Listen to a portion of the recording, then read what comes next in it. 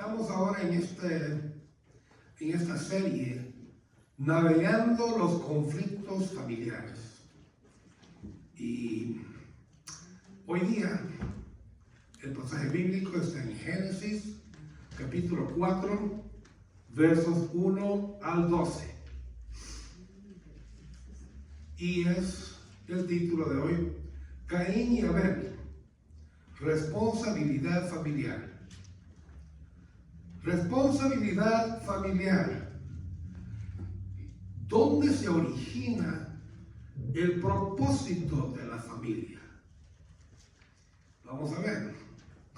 Porque vivimos en un mundo donde la mentira ha sustituido a la verdad. Existe una agenda en contra del diseño original para el hogar. Donde usted mira, la homosexualidad y el lesbianismo promueven sus agendas como algo natural. Buenas películas, buenas series de televisión con buen contenido, pero de pronto sale una escena de una pareja de homosexuales criando un niño, de una pareja de lesbianos criando un niño. No tiene que haber nudismo para mostrar lo que quieren traernos. Y esa escena no tenía nada que ver con el guión, o sea, no cambió nada la historia que se estaba diciendo en la película, en la serie, con ese segmentito. No cambió nada. Simplemente decidieron meterlo ahí, promoviendo una agenda.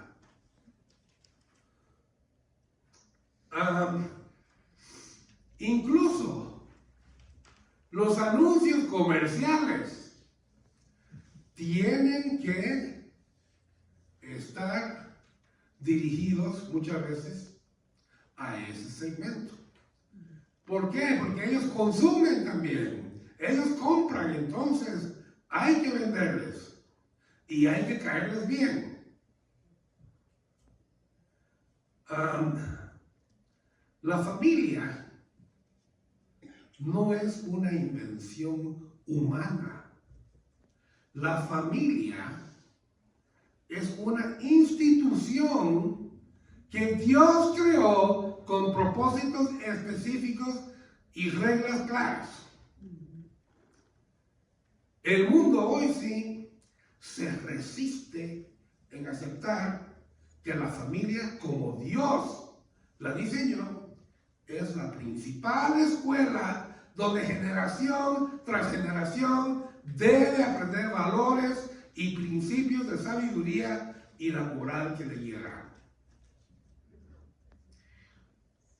Uno de los principios más importantes es cuidar de cada miembro de la familia. Es en el hogar donde aprendemos a ser hombres y mujeres temerosos de Dios y desarrollamos la madurez emocional y espiritual para establecer relaciones interpersonales saludables. Los padres darán ejemplo con su conducta. Los hijos imitarán la fe y aprenderán destrezas. Se capacitarán en cómo formar sus familias. Solo las familias que obedezcan las instrucciones divinas podrán lograr multiplicar los frutos en la sociedad que les rodea. La idea central de hoy es que Dios espera que cuidemos de los miembros de nuestra familia. Vámonos al texto. Vamos a los dos primeros versículos. Génesis, capítulo 4, versos 1 y 2. Y dice la palabra: conoció Adán a su mujer Eva, la cual concibió y dio a luz a Caín, y dijo: por voluntad de Jehová he adquirido varón. Después dio a luz a su hermano Abel. Y Abel fue pastor de ovejas, y Caín fue labrador de la tierra. Veamos. Los hombres, para empezar por ahí, deben estar presentes, cuidando del bienestar de la familia. Puede ser que Adán no haya dado atención a su esposa. Eva estaba sola cuando Satanás se tentó. No sabemos si eso motivó la caída, pero sí sabemos que es un gran motivo hoy en día cuando la mujer adultera, porque el hombre no le da atención, aunque sea por estar consumido en su trabajo, por el sustento de la familia, y ella encuentra, probablemente lo busca, a quien la halague y la haga sentir como una reina mártir. Es algo extremadamente duro, doloroso. El adulterio, sea del varón, sea de la esposa, trae consigo división de familia. Hijos que no tienen respeto por la madre o el padre. También tenemos el problema de los padres ausentes. Ya sabes dónde me estoy yendo aquí. Todos sabemos las tristes consecuencias familiares y sociales que suceden cuando el papá no cuida de los suyos. Sin el liderazgo paterno, las madres van a tratar de cumplir con la tarea, pero todo será más difícil y estará fuera del plan original. Dios espera que ambos padres orienten a sus hijos en su desarrollo integral. Eva reconoce que los hijos, ahí los tenemos, son un regalo de Dios. Dijo: por voluntad de Jehová he adquirido varón. En el hogar se aprende el temor a Dios, disciplina, compromiso, responsabilidad y muchas otras virtudes. Eva inculcó esa noción de pertenencia a Dios en sus hijos. Es obvio, porque ellos, ya sea como sea la ofrenda y todo, pero ellos fueron devotos a Dios, presentaban sus ofrendas.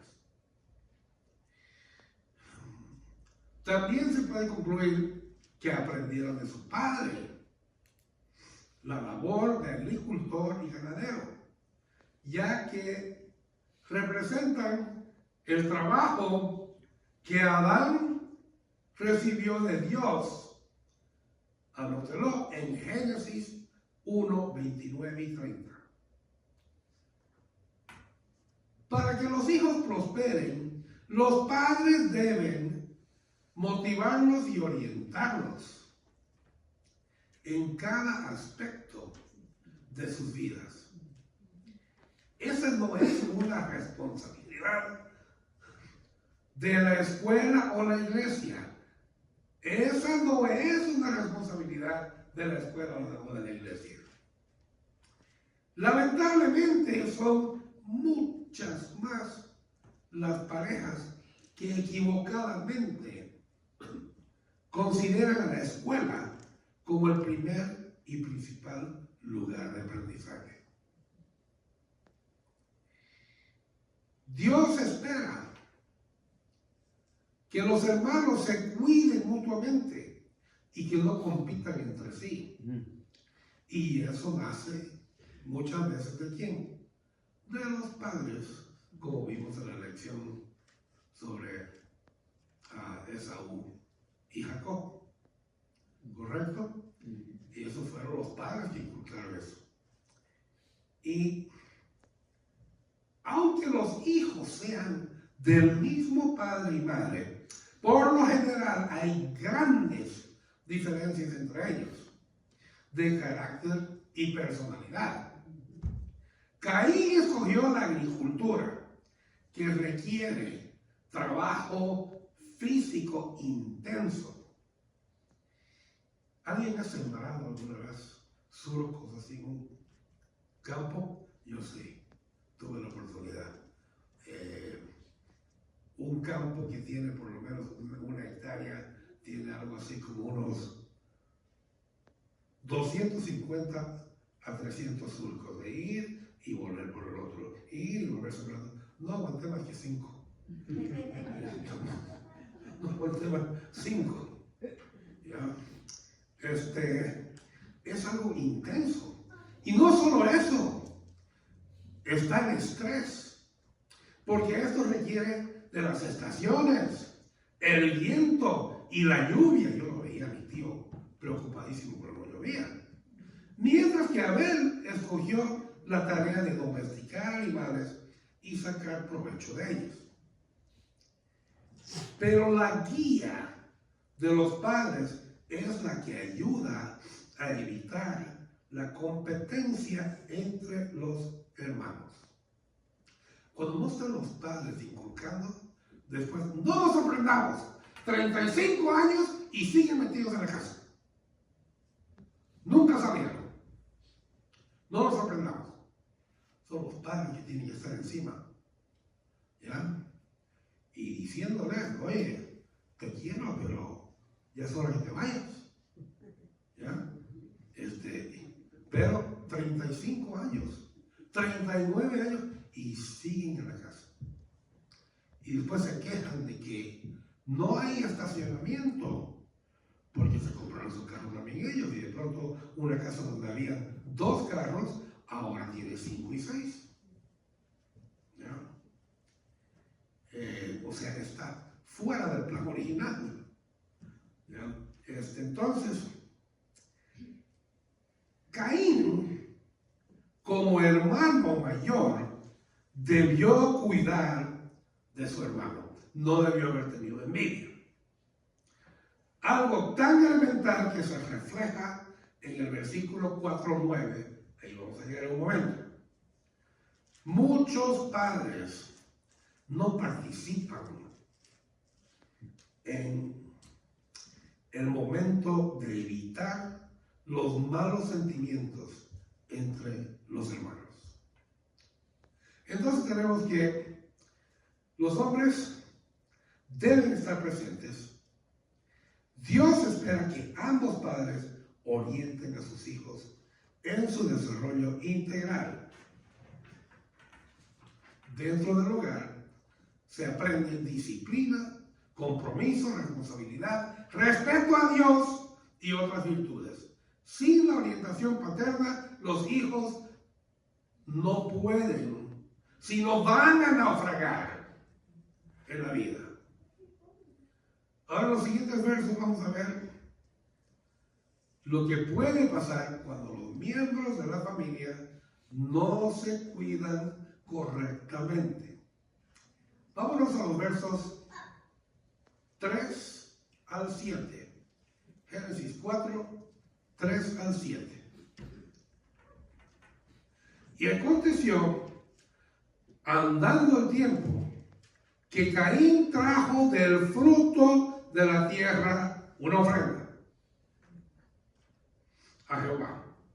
Y Abel trajo también de los primogénitos de sus ovejas, de lo más gordo de ellas.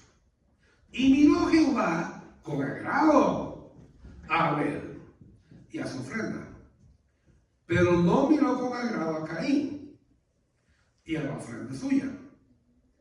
Y se ensañó Caín en gran manera, y decayó su semblante, Entonces Jehová dijo a Caín: ¿por qué te has ensañado? ¿Por qué ha decaído tu semblante? Si bien hicieres, no serás enaltecido.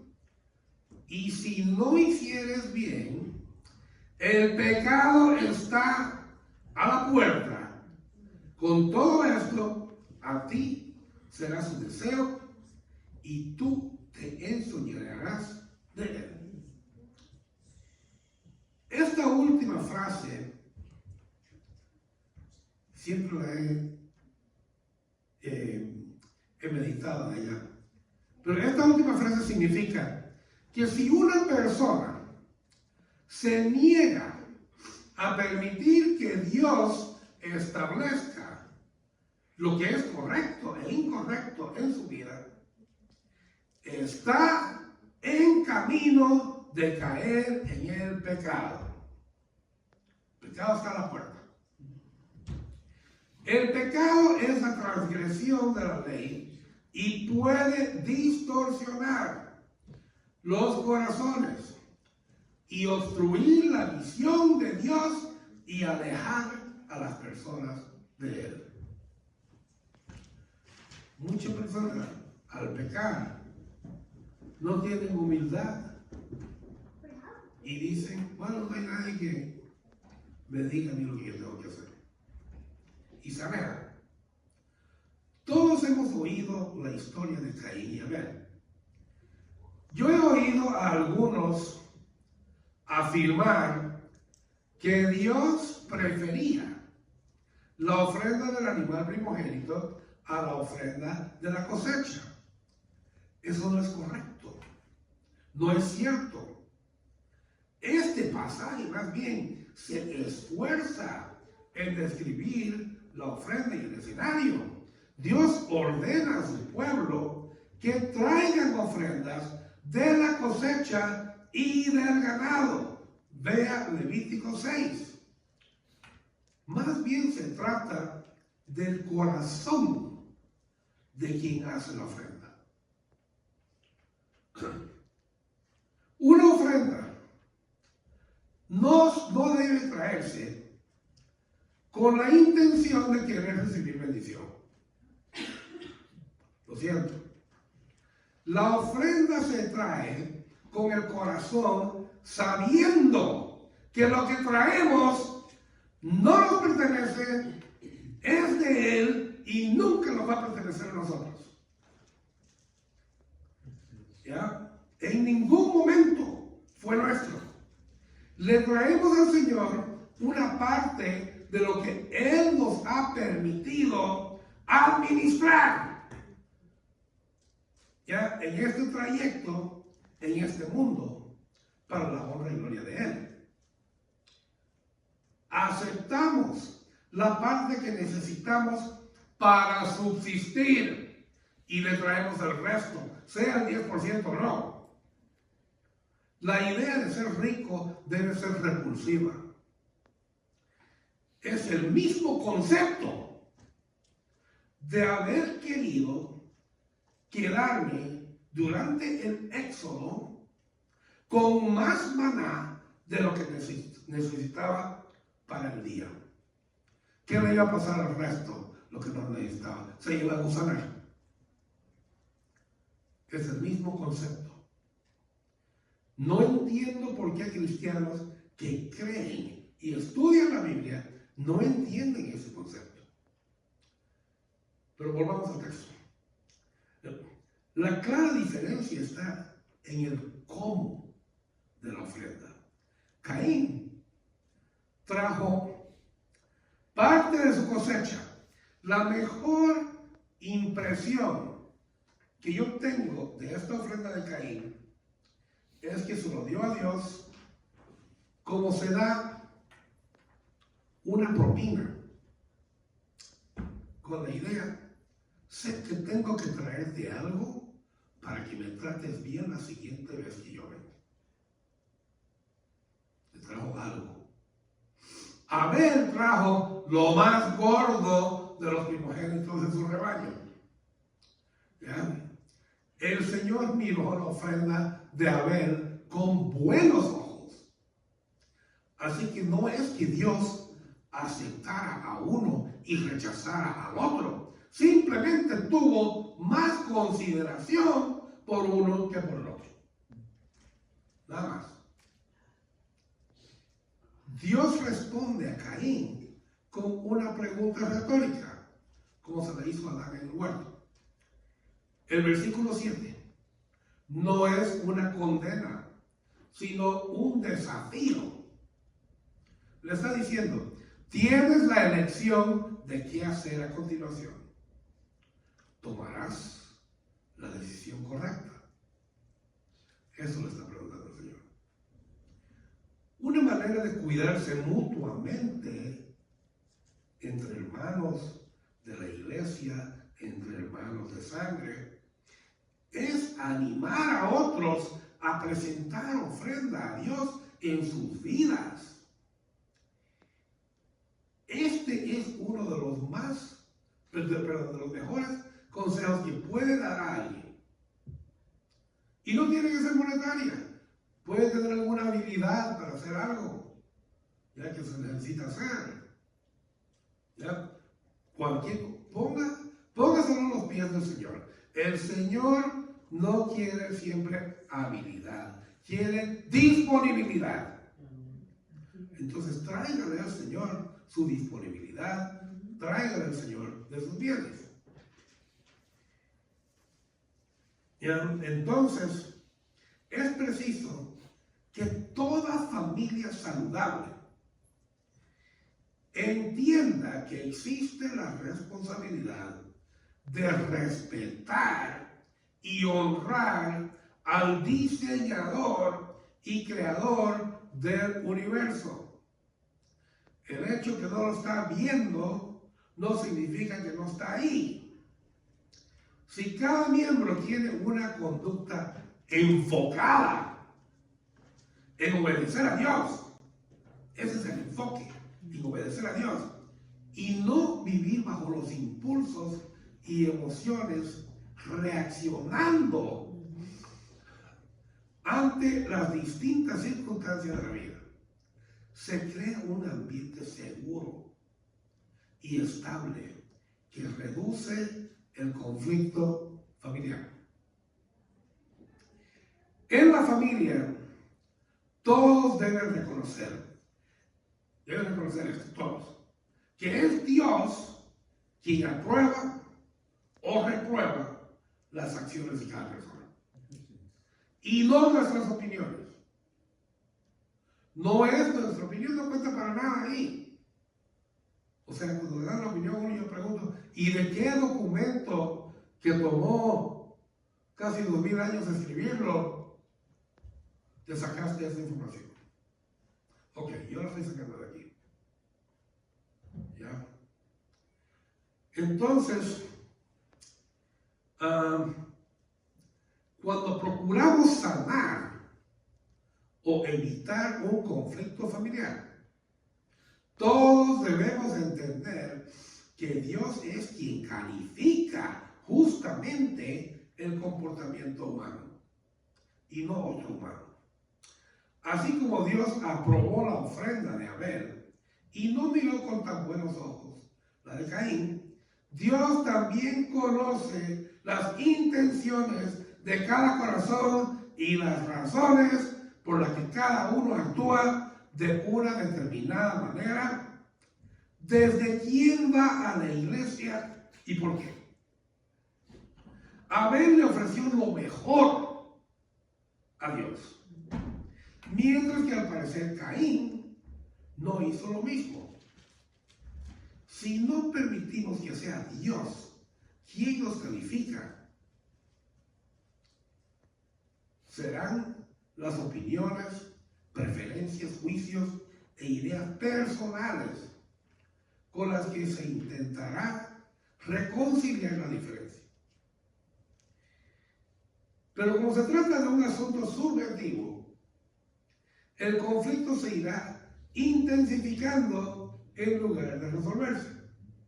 no se trata de que cada uno juzgue al otro.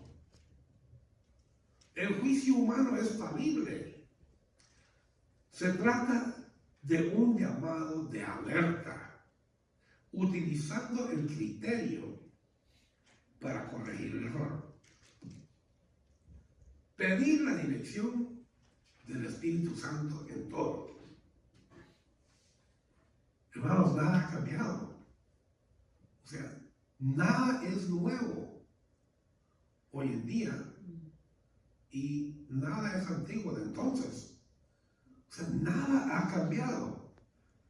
La ofrenda se trae con el corazón y se trae de lo mejor, de lo primero.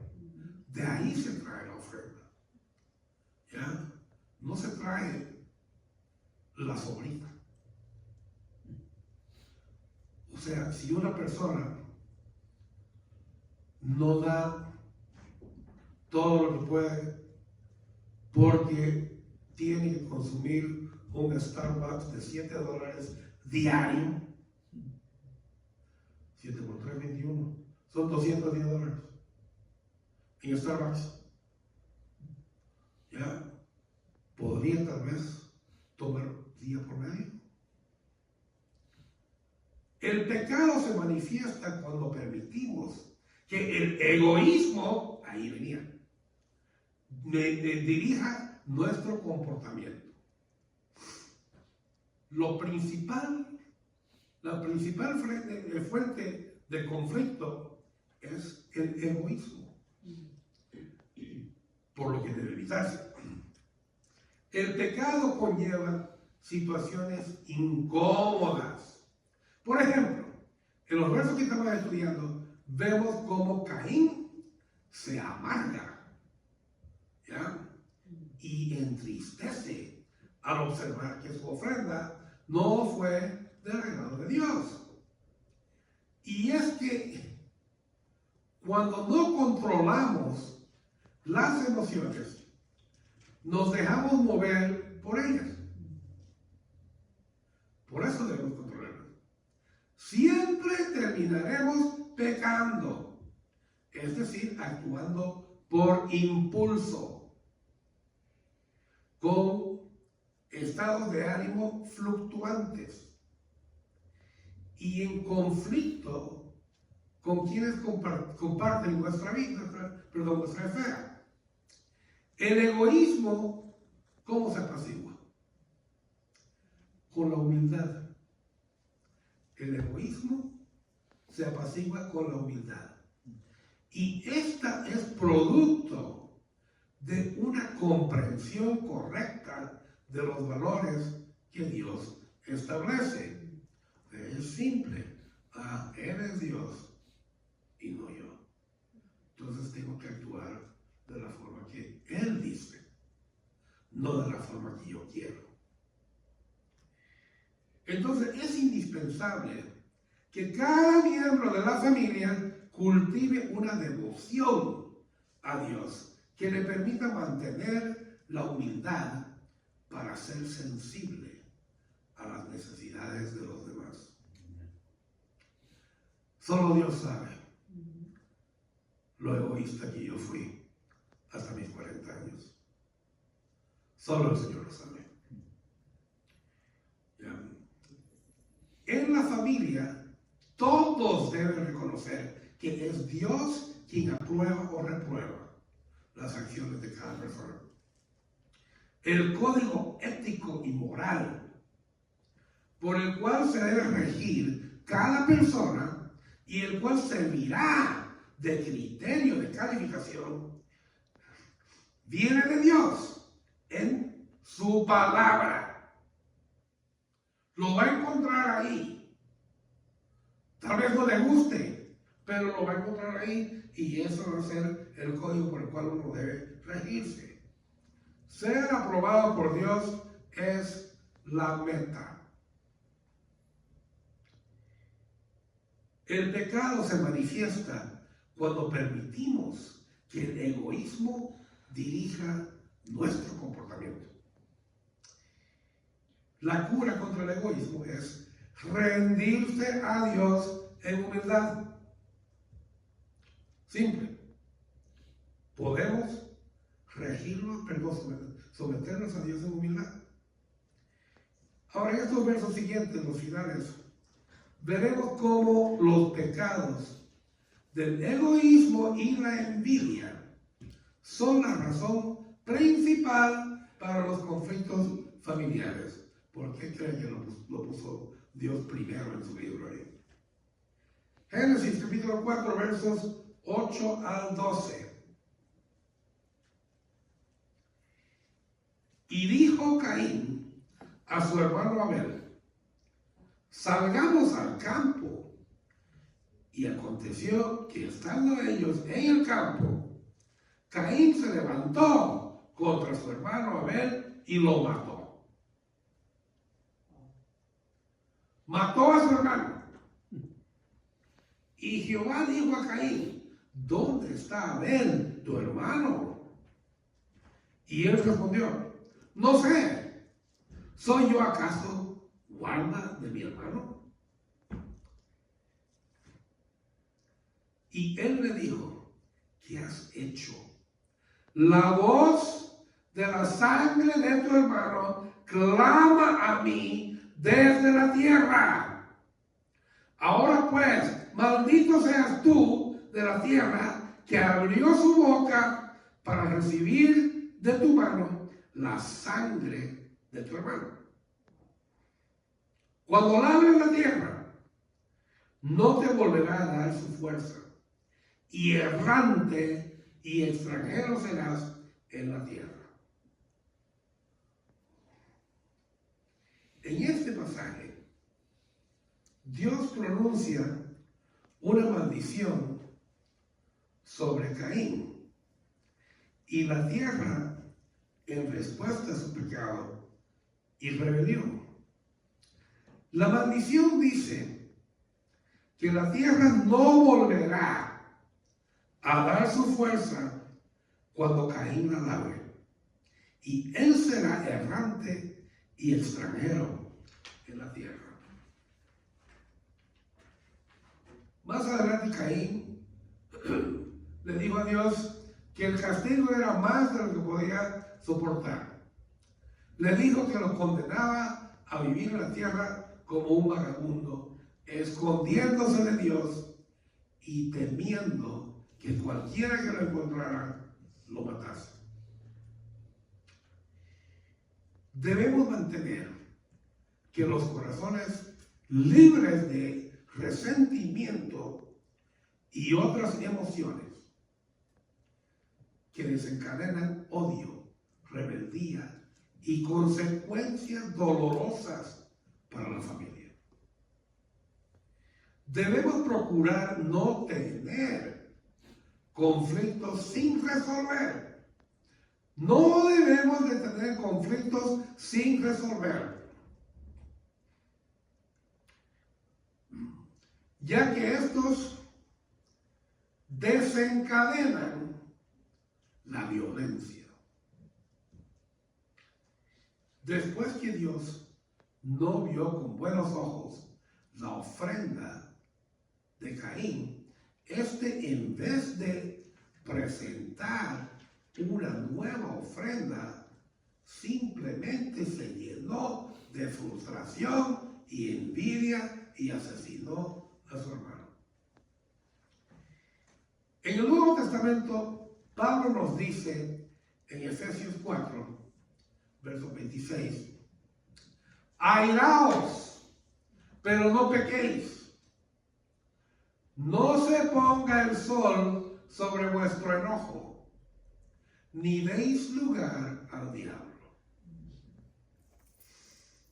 Por ejemplo, en una pelea de cónyuges, ¿no es más fácil acaso resolver eso esa misma noche y no esperar hasta la mañana siguiente? ¿No es más fácil?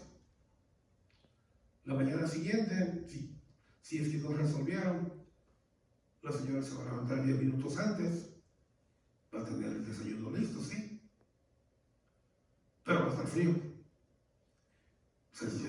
levanta el hombre. Ay, está frío. Pues caen caperones. Y entonces quedó el resentimiento ahí. Pero si se resuelve la noche anterior y se habla, ¿cuántas hemos tenido? 10 minutos se necesita hablar, nada más. 5. Y se resuelve. ¿Ya? Eso dice el Nuevo Testamento. Esto solo es posible siguiendo los lineamientos que Dios establece en su palabra. Mateo 18, 15 al 17 dice que en una situación que nos ofenda, debemos conversar con quien nos causó el daño. Es importante tratar de aclarar los hechos y las razones de la conducta. Si no se logra nada al hablar a solas, el paso a seguir es buscar testigos que ayuden a reconciliarse. No es para apuntar el dedo, testigos que ayuden a reconciliarse. Caín debió hablar con Dios, su principal testigo, ¿ya? Para conciliar la situación. Por supuesto, en este caso, la ofensa era de ¿quién? Era de Caín. Caín fue el que ofendió. ¿Ya? Al no presentar lo mejor en su ofrenda. Pero irónicamente, su inmadurez lo hizo sentirse ofendido. Y esto desencadenó sentimientos adversos contra Dios y contra su hermano Abel. La envidia y los celos trajeron como resultado el asesinato de su hermano. Debemos evitar toda rebeldía contra la autoridad. No solo Caín asesinó a Abel, sino que tuvo una actitud desafiante con su creador. La respuesta a la pregunta de si Dios fue, de Dios fue una completa falta de respeto y rebeldía, la forma en que él respondió. Por eso vemos la molestia de Caín. ¿Ante qué? Ante la supervisión. Él ya no tenía una relación correcta con Dios. La envidia cambió todo eso. No tenía una relación correcta con Dios por no haberla tenido con su hermano. Debemos reconocer y tomar muy en serio nuestra vulnerabilidad al pecado. Somos muy vulnerables y nuestra capacidad, sí somos capaces para hacer cosas terribles. Tenemos que reconocerlo. Debemos sincerarnos con nosotros mismos y con el Señor y preguntarme a mí mismo si estando en una situación X y si la sociedad no dijese nada contra tal o cual acción, siendo el acto algo que va en contra de la moral y de Dios. Pero si me encuentro en esa situación y no encuentro leyes de la sociedad que lo impidan, si fuese capaz de frenarme y no ejecutar el pecado, debemos preguntarnos eso. Si somos conscientes y apreciamos nuestra propia debilidad, podemos clamar a Dios por su fuerza espiritual para no ceder a la tentación de pecar. Pablo habla de esto en términos de carne frente a espíritu. Por supuesto, esto no es posible sin humildad. Caín no calculó las consecuencias de sus acciones. Ahora era necesario que Dios aplicara la justicia ante la maldad cometida. Es imposible el no asumir la responsabilidad de nuestras acciones cuando representan un daño para otros. Dios es un juez justo, el único realmente justo, y va a corregir el error. En el caso de Caín, procedió con un castigo al ver que no existía ninguna intención de humildad. Entonces debemos procurar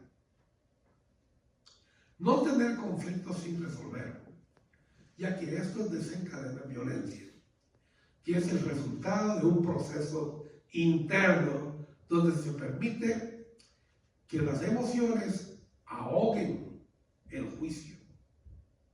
Las emociones ahogan el juicio, con temores y rencores que dan la impresión equivocada de tener que defenderse o hacer justicia con castigo o engaño o venganza.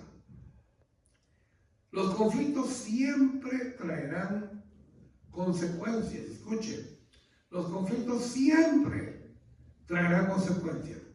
Pregúntese, no lo dice la Biblia, pero si el uno era labrador y el otro era ovejero, eran ya adultos, me imagino que habían hermanas menores, ya.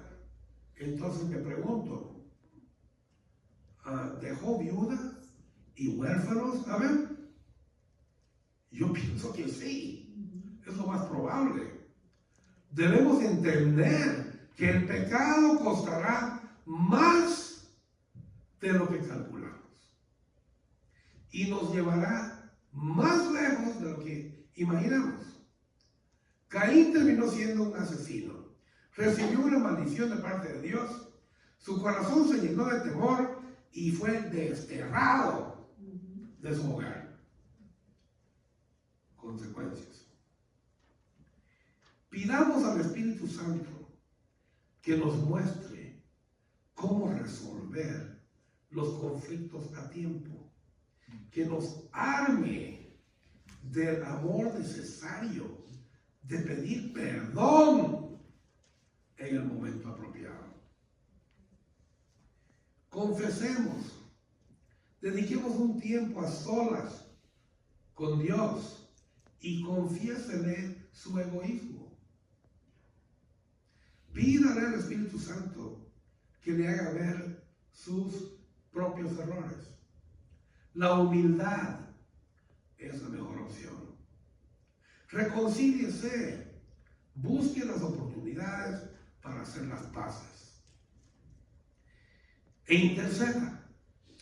Ore por la paz de la familia y dedique tiempo a interceder ante Dios por cada miembro del núcleo familiar, de forma individual y con la mayor cantidad de detalles posibles sobre sus necesidades. El Señor lo sabe todo, pero Él quiere que usted lo exprese.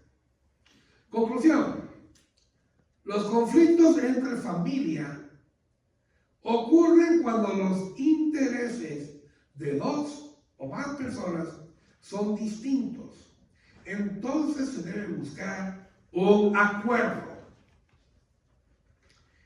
La historia de Caín y Abel demuestra que la única forma de asegurar la paz interpersonal es, en primer lugar, vivir en paz con Dios y conseguir dominar las pasiones e impulsos egoístas de cada persona. Así es.